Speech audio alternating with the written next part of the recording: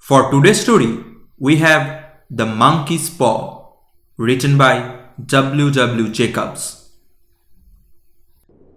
Without, the night was cold and wet, but in the small parlor of Laburnum Villa, the blinds were drawn and the fire burned brightly.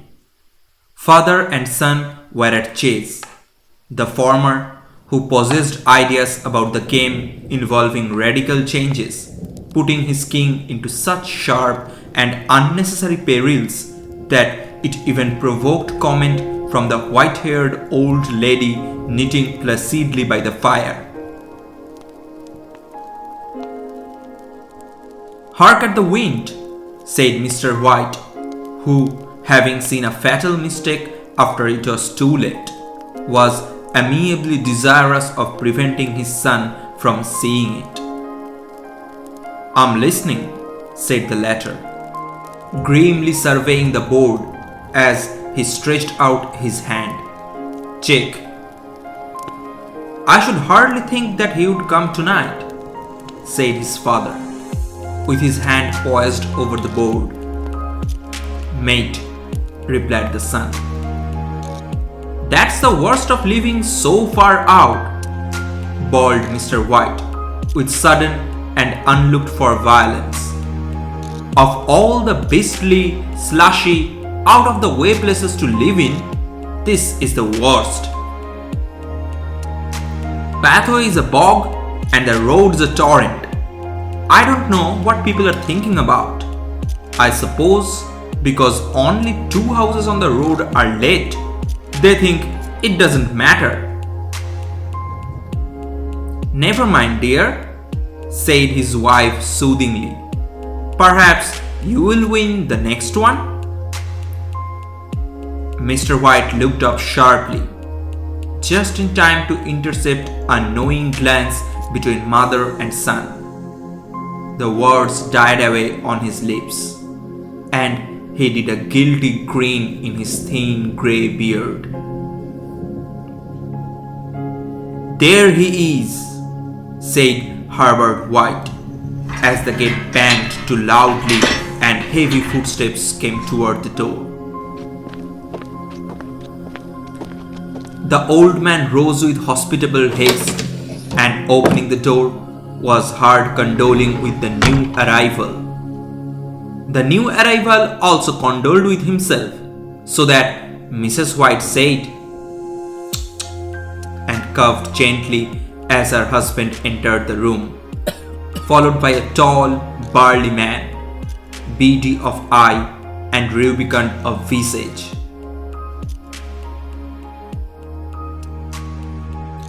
"Sergeant Major Morris," he said, introducing him. The sergeant major shook hands, and taking the proffered seat by the fire, watched contentedly while his host got out whiskey and tumblers and stood a small copper kettle on the fire. At the third glass, his eyes got brighter, and he began to talk, the little family circle regarding with eager interest this visitor from distant parts, as he squared his broad shoulders in the chair and spoke of strange scenes and doughty deeds, of wars and plagues and strange people. 21 years of it," said Mr. White, nodding at his wife and son. "When he went away, he was a slip of a youth in the warehouse. Now look at him. He don't look to have taken much harm," said Mrs. White politely. "I would like to go to India myself," said the old man. "Just to look round a bit, you know." "Better where you are," said the sergeant major, shaking his head. He put down the empty glass and, sighing softly, shook it again. "I should like to see these old temples and fakirs and jugglers," said the old man. What was that you started telling me the other day about a monkey's paw or something, Morris?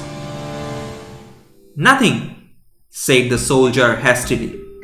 Leastways, nothing worth hearing. Monkey's paw, said Mrs. White curiously. Well, it's just a bit of what you might call magic, perhaps, said the sergeant major offhandedly. His three listeners leaned forward eagerly. The visitor absent-mindedly put his empty glass to his lips and then set it down again. His host filled it for him. To look at, said the sergeant major, fumbling in his pocket. It's just an ordinary little paw, tied to a mummy. He took something out of his pocket and proffered it. Mrs. White drew back with a grimace, but her son, taking it, examined it curiously. And what is there special about it? Inquired Mr. White, as he took it from his son and, having examined it, placed it upon the table.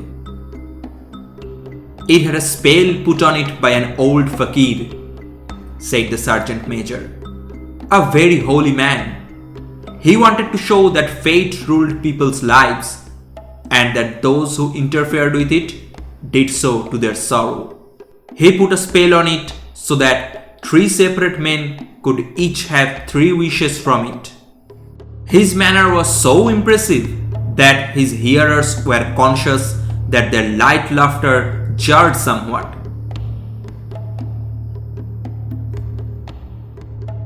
Well, why don't you have 3, sir? Said Herbert White cleverly. The soldier regarded him in the way that middle age is wont to regard presumptuous youth. I have, he said quietly, and his blotchy face whitened. And did you really have the 3 wishes granted? Asked Mrs. White.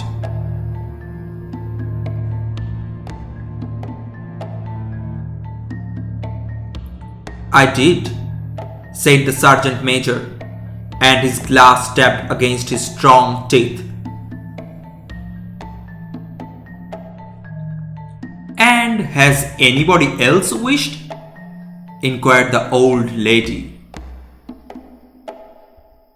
The first man had his 3 wishes, yes, was the reply.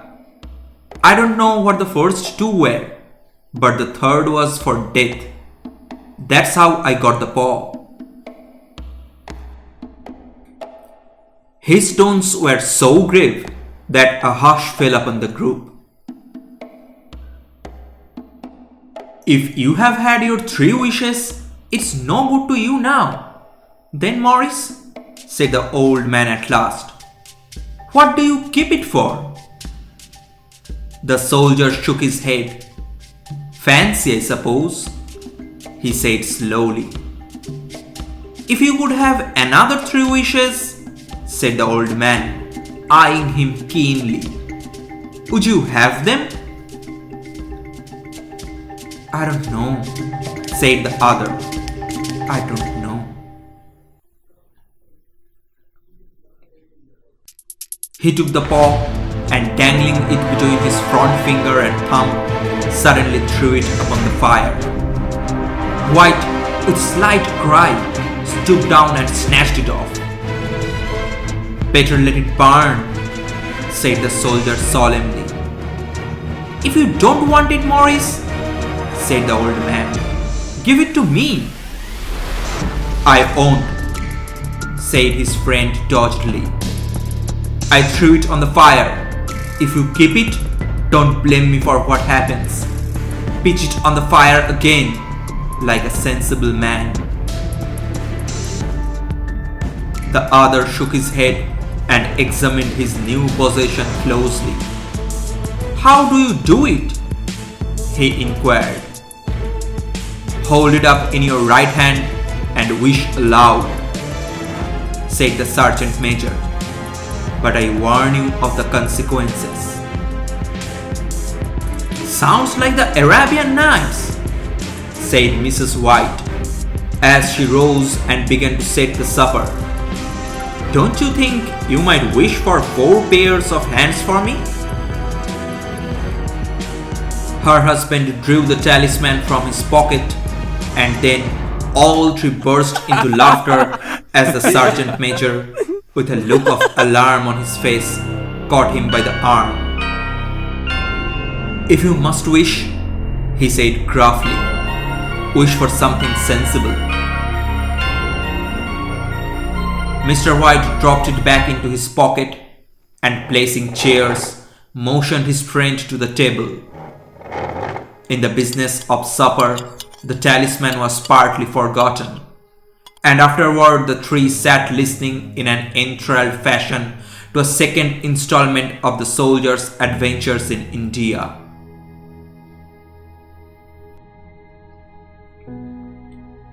If the tale about the monkey paw is not more truthful than those he has been telling us, said Herbert, as the door closed behind their guest, just in time for him to catch the last train, we shan't make much out of it.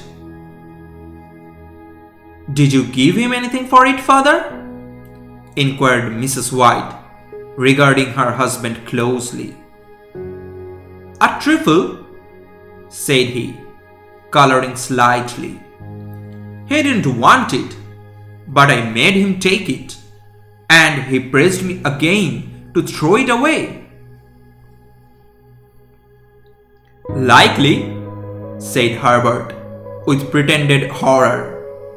Why, we are going to be rich and famous and happy. Wish to be an emperor, father, to begin with. Then you can't be henpecked. He darted round the table, pursued by the maligned Mrs. White armed with an antimacassar. Mr. White took the paw from his pocket and eyed it dubiously. I don't know what to wish for, and that's a fact, he said slowly. It seems to me I have got all I want. If you only cleared the house, you would be quite happy, wouldn't you? Said Herbert, with his hand on his shoulder. Well, wish for 200 pounds then? That'll just do it.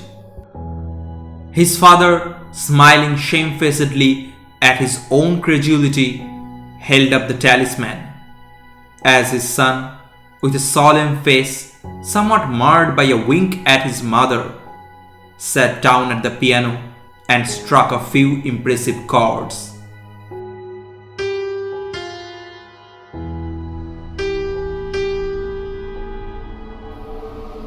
I wish for 200 pounds, said the old man distinctly. A fine crash from the piano greeted the words, interrupted by a shuddering cry from the old man. His wife and son ran toward him.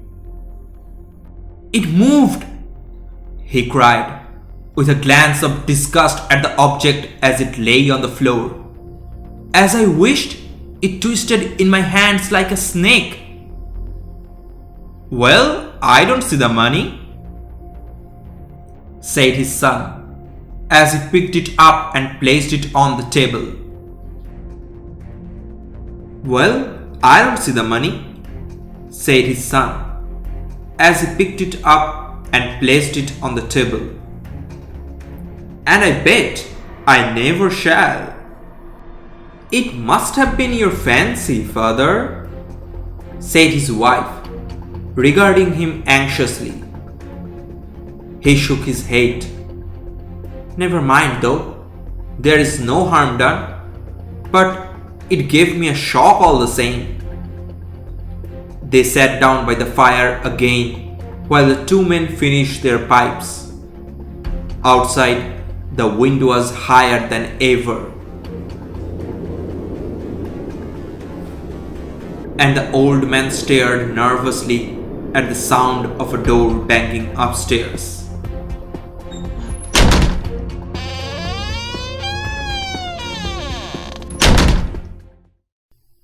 A silence unusual and depressing settled upon all three, which lasted until the old couple rose to retire for the night.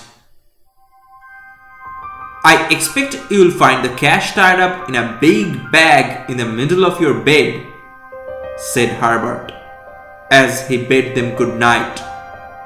"And something horrible squatting up on top of the wardrobe watching you as you pocket your ill-gotten gains." He sat alone in the darkness, gazing at the dying fire and seeing faces in it. The last face was so horrible and so simian that he gazed at it in amazement. It got so vivid that, with a little uneasy laugh, he felt on the table for a glass containing a little water to throw over it. His hand grasped the monkey's paw, and with a little shiver, he wiped his hand on his coat and went up to bed.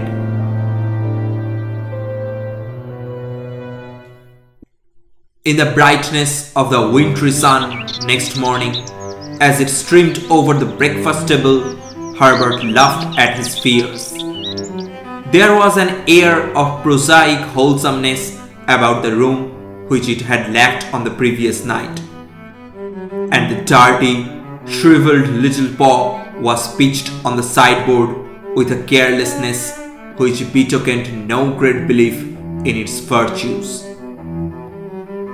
"I suppose all old soldiers are the same," said Mrs. White. "The idea of our listening to such nonsense! How could wishes be granted in these days? And if they could, how could 200 pounds hurt you, father?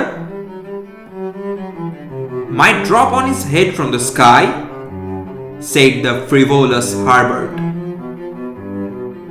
"Morris said the things happened so naturally," said his father, "that you might, if you so wished, attribute it to coincidence."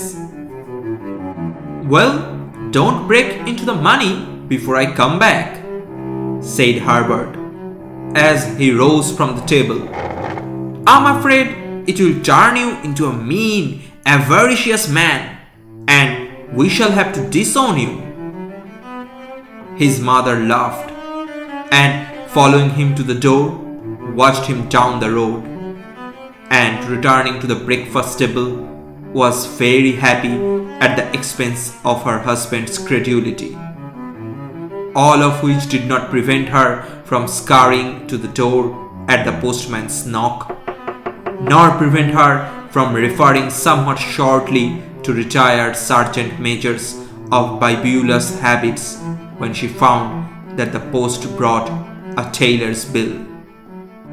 "Herbert will have some more of his funny remarks, I expect, when he comes home," she said as they sat at dinner.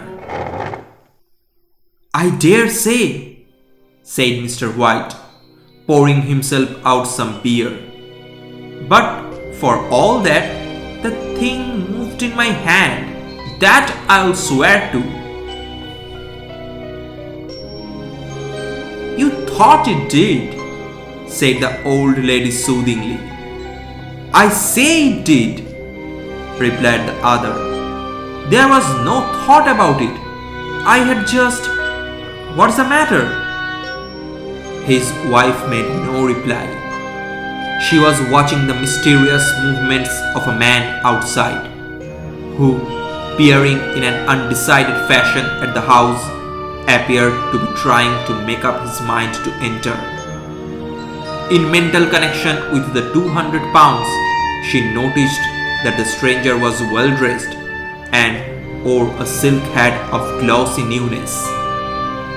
3 times he paused at the gate and then walked on again. The 4th time he stood with his hand upon it, and then, with sudden resolution, flung it open and walked up the path. Mrs. White at the same moment placed her hands behind her and hurriedly Unfastening the strings of her apron, put that useful article of apparel beneath the cushion of her chair. She brought the stranger, who seemed ill at ease, into the room.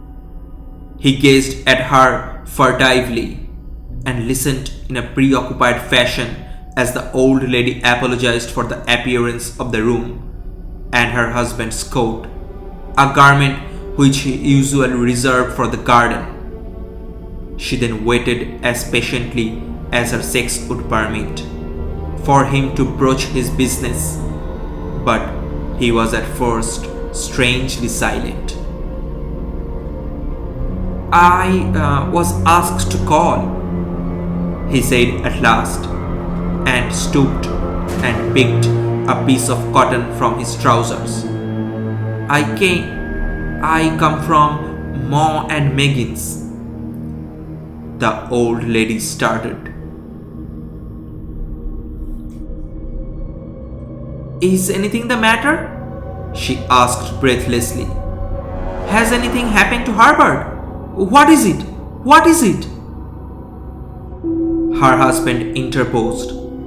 There, mother," he said hastily. "Sit down and don't jump to conclusions. You have not brought bad news, I'm sure, sir?" And he eyed at the other wistfully. "I am sorry," began the visitor.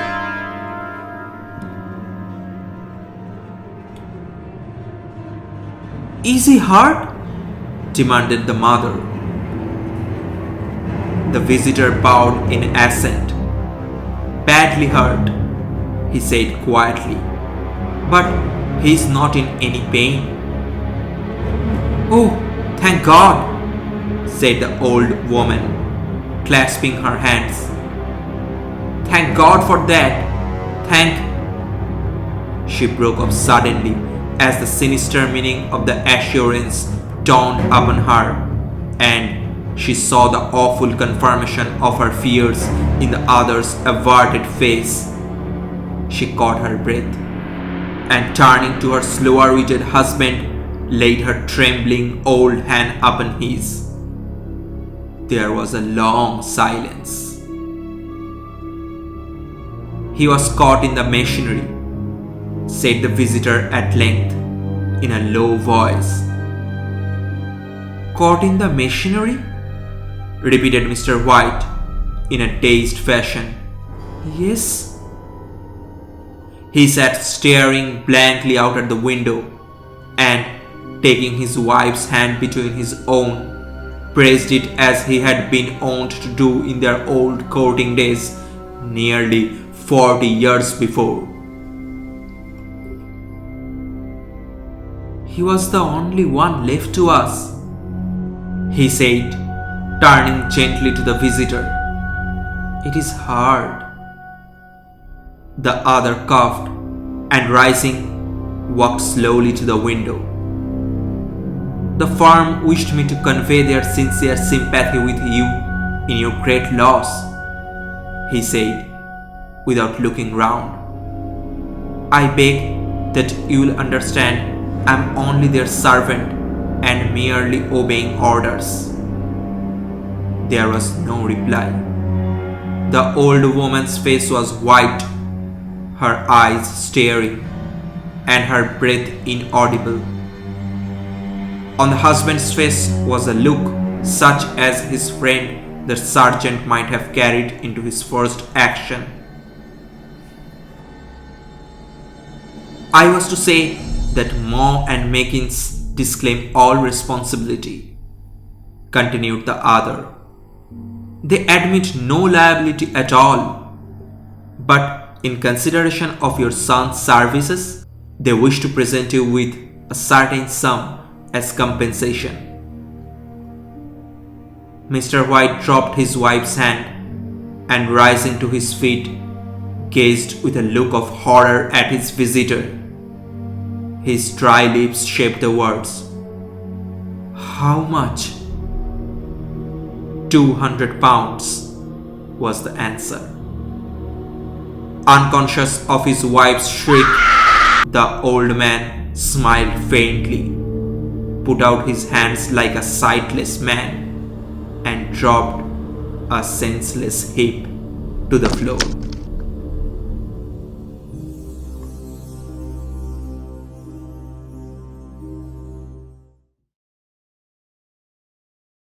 In a huge new cemetery, some 2 miles distant, the old people buried their dead and came back to a house steeped in shadow and silence.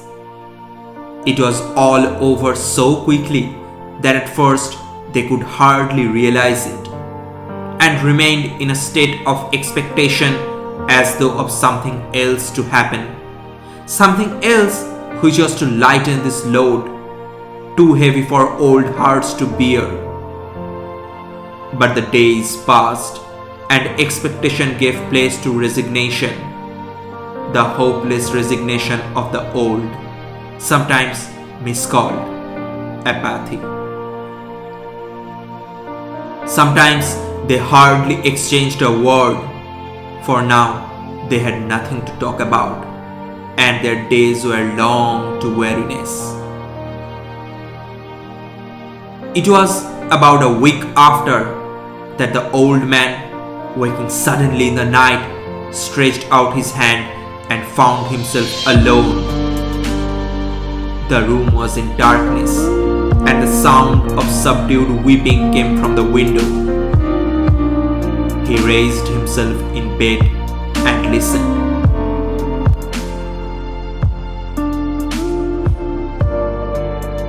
"Come back," he said tenderly. "You will be cold."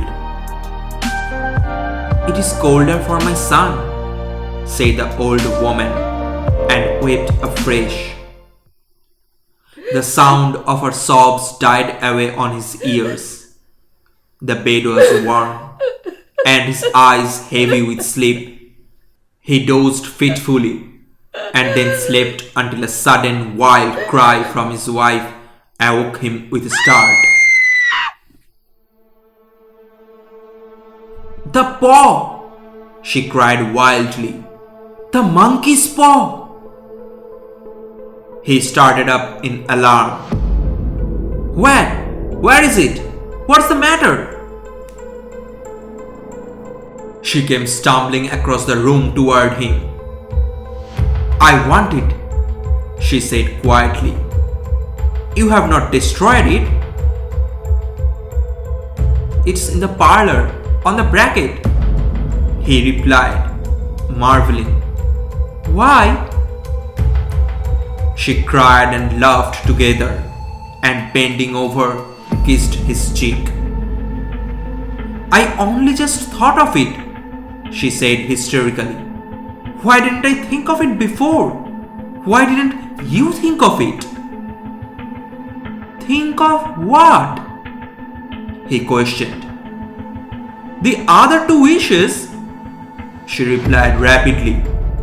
"We have only had one." "Was not that enough?" he demanded fiercely. "No," she cried triumphantly. "We'll have one more. Go down and get it quickly and wish our boy alive again." The man sat up in bed and flung the bedclothes from his quaking limbs. "Good God, you are mad!" he cried aghast. "Get it?" she panted. "Get it quickly and wish! Oh, my boy, my boy!" Her husband struck a match and lit the candle. "Get back to bed," he said unsteadily. "You don't know what you are saying." "We had the first wish granted," said the old woman feverishly. "Why not the second?"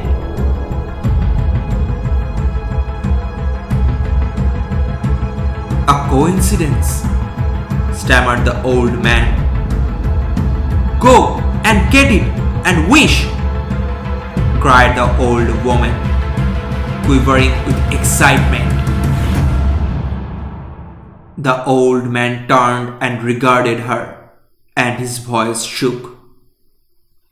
"He has been dead 10 days, and besides, I wouldn't tell you else, but I could only recognize him by his clothing.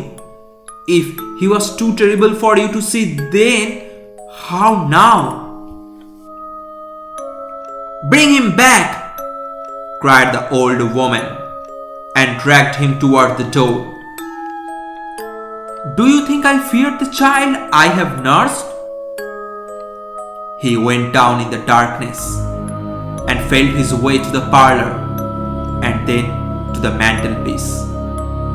The talisman was in its place, and a horrible fear that the unspoken wish might bring his mutilated son before him ere he could escape from the room seized upon him, and he caught his breath as he found that he had lost the direction of the door.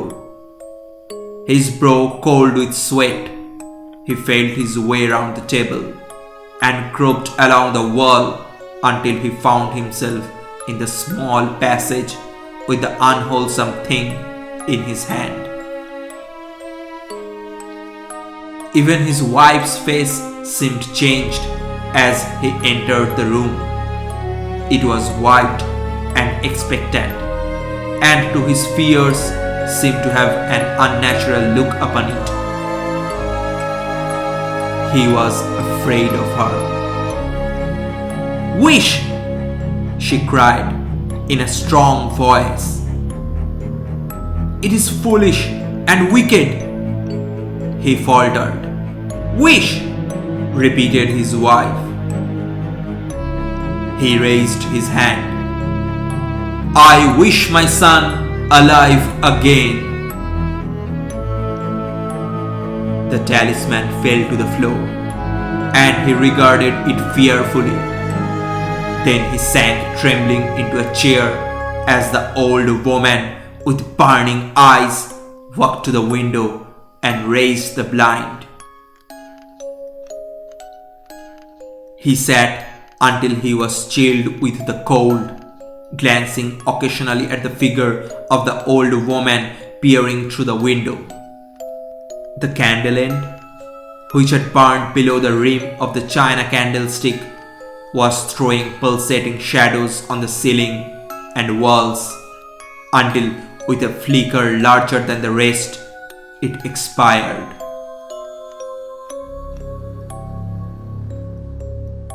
The old man, with an unspeakable sense of relief at the failure of the talisman, crept back to his bed, and a minute or two afterward, the old woman came silently and apathetically beside him.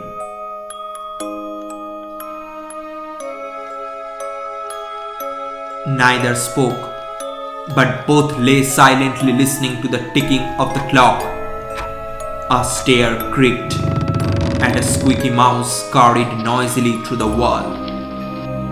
The darkness was oppressive, and after lying for some time, screwing up his courage, the husband took the box of matches and, striking one, went downstairs for a candle.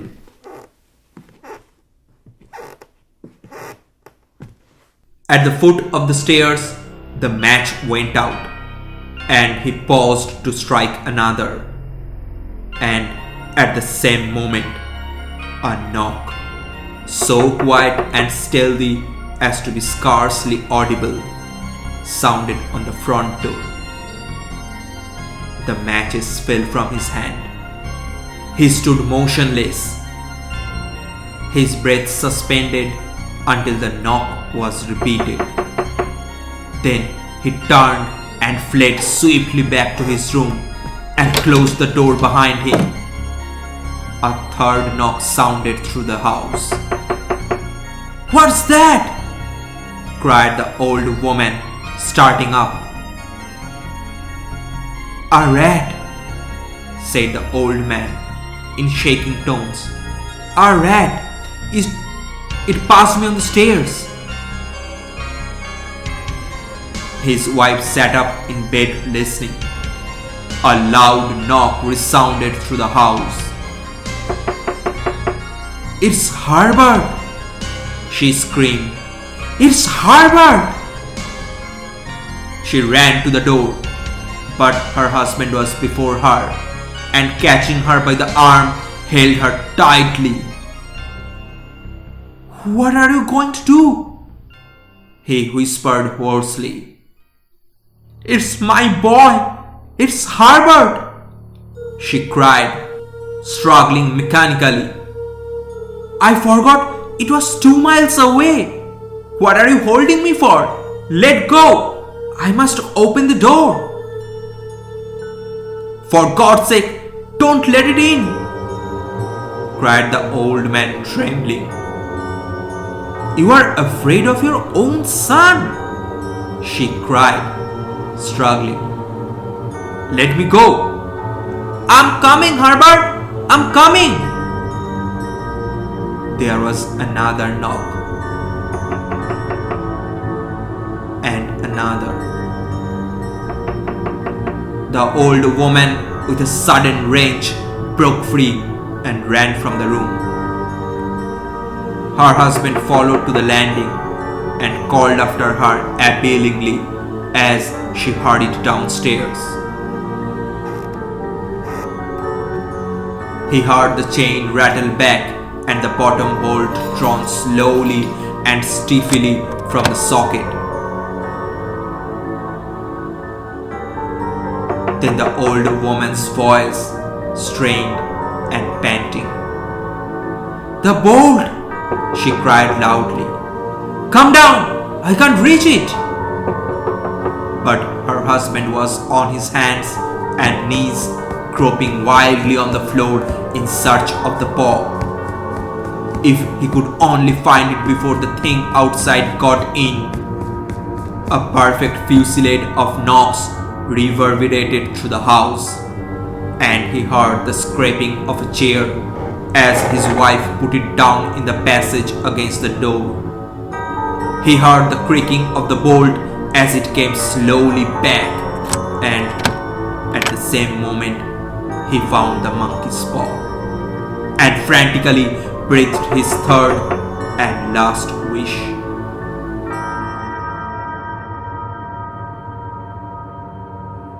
The knocking ceased suddenly, although the echoes of it were still in the house. He heard the chair drawn back and the door opened. A cold wind rushed up the staircase, and a long, loud wail of disappointment and misery from his wife gave him courage to run down to her side, and then to the gate beyond. The street lamp flickering opposite shone on a quiet and deserted road.